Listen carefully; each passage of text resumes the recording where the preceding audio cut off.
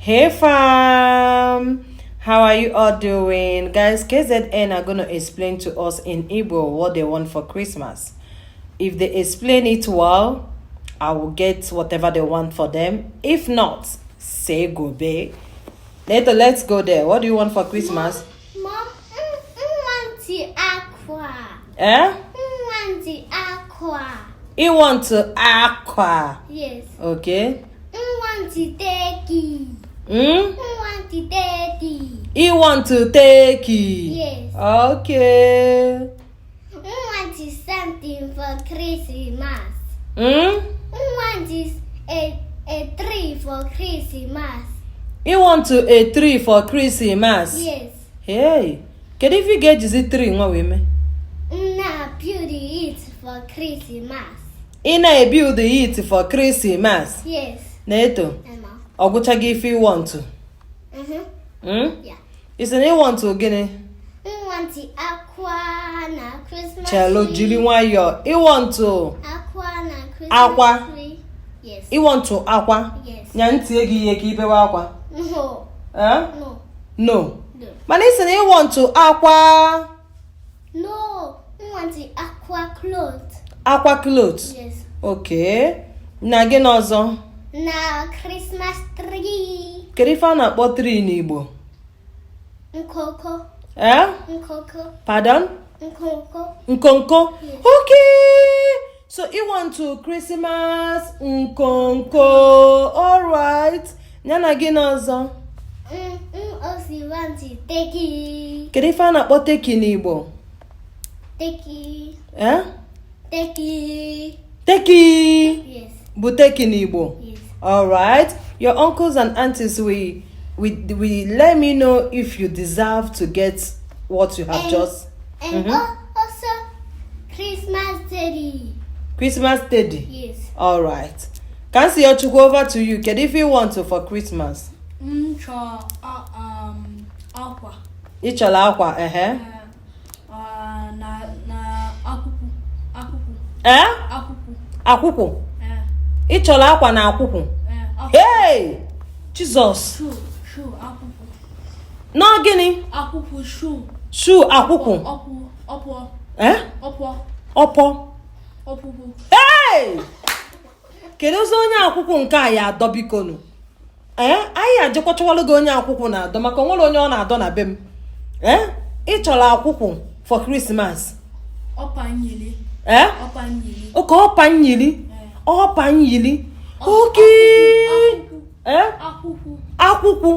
Akwụkwọ ada adọnụ ma ebe ka m enweta onye akwụkwọ bikonu. Akwụkwọ ka ị chọ ka akpụ ụkwụ. Akpụkwụ. Okay. Gịnị ọzọ biko? And Kai as family not together. Kai as family not together. Okay. Ọgụgụ ya ịchọ. Mba. Kedu na-ekwu anyị na-ege gị ntị. Go move shorts. Extra shorts. Ịchọ ka m go get extra short. Kedu ife bụ short n'Igbo? Trouser all draw long. Trouser all draw long. Okay, nye bụ extra short. Trouser all draw long. Alright. Ọgwụgo? Auntie anyị. Mom. Gịnị ka ị chọ for Christmas? Mom. Aqua. Na Christmas hat. And you have to make sure all see Christmas. Ị chọrọ akwa na gịnị? Christmas hat. Christmas hat. Yes. Kedu ife a na-akpọ hat n'Igbo? Christmas in yili. Christmas in yili. Okay, Christmas in yili. Okay. Yana gịnị? Yana dresses.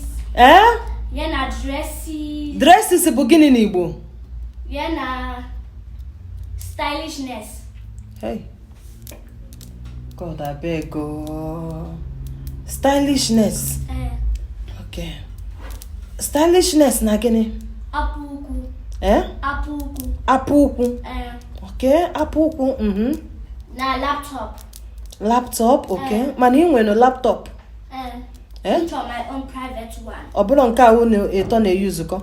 Ịchọ ka evute ofufu gị. Okay. Na iPhone. iPhone. Na gịnị ọzọ? Kedu ife a na-akpọ foonu n'Igbo? EP. Pardon? EP. Ipi. Okay, ọ ga-adịkwa okay. Ipi. Okay, chọrọ ipi. Na Christmas a? Alright. Ọ gụcha gị ife ịchọ? No. Makeup box. Gịnị bụ makeup box n'Igbo? Email onwe gị get ready. Email onwe gị get ready. Okay, email onwe gị get ready. Okay. Nsogbu adịrọ. Anyị egolu gị email onwe gị get ready. Onne m ị ga-get ready. Ndị be anyị akwụ unu anụgo ife KZN chọ for Christmas. Unu maka ọ dịziri isi m go ahead or don't go ahead depending on ife ha si ka here. Ịghọtago? Ngwa kenenụ ndị be anyị. Ndị be anyị ndewo. Ndewo na ụmụnne m ọnụ.